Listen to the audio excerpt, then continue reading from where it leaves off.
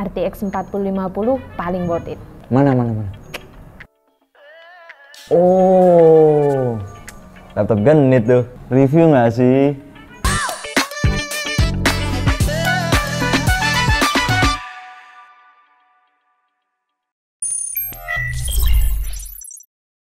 Ini dia Nitro V15 ANV15 dengan prosesor Intel Core i5 generasi 13, RAM-nya 8GB, SSD 512GB, dan dari VGA-nya ini menggunakan RTX 4050. Kemudian ini sudah lengkap dengan garansi Acer selama 3 tahun dan harganya ini dibanderol di 14.999. Secara desain ini masih sama dengan seri ANV15 yang lainnya. Untuk dimensi yang dimiliki adalah 36,2 cm untuk panjang, kemudian lebarnya 23,9 cm dan lebarnya 2,6 cm.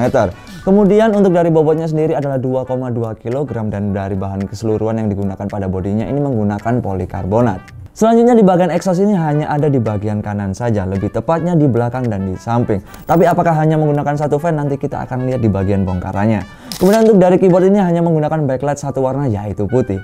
Pindah ke bagian display, laptop ini menggunakan 15,6 inch dengan resolusi Full HD. Panelnya ini IPS, kemudian memiliki 144 Hz untuk refresh rate-nya. Cukup disayangkan ini masih belum 100% sRGB, hanya 45% NTSC.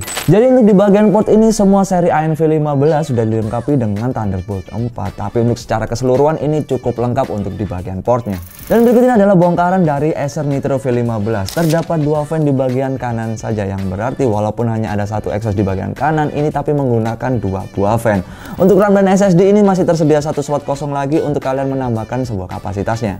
Setelah mengecek ke bagian dalam, kita juga tes speed dari SSD-nya, yang mana ini mendapatkan read sebesar 5068 dan write-nya mendapatkan 3969. Untuk baterai pun sudah kita tes ketahanannya menggunakan PCMark 10 dengan mode modern office, tanpa backlight, tanpa connection rate dan juga Bluetooth. Kemudian untuk kecerahan layarnya kita menggunakan 50%, mampu bertahan dalam waktu 3 jam 39 menit saja. Nah, untuk fitur yang diberikan Acer kali ini menggunakan Wi-Fi 6 dan juga Bluetooth 5.2. Sedangkan untuk software pendukung ini terdapat NitroSense yang kalian bisa gunakan untuk mengatur skenario penggunaan dan memantau performa.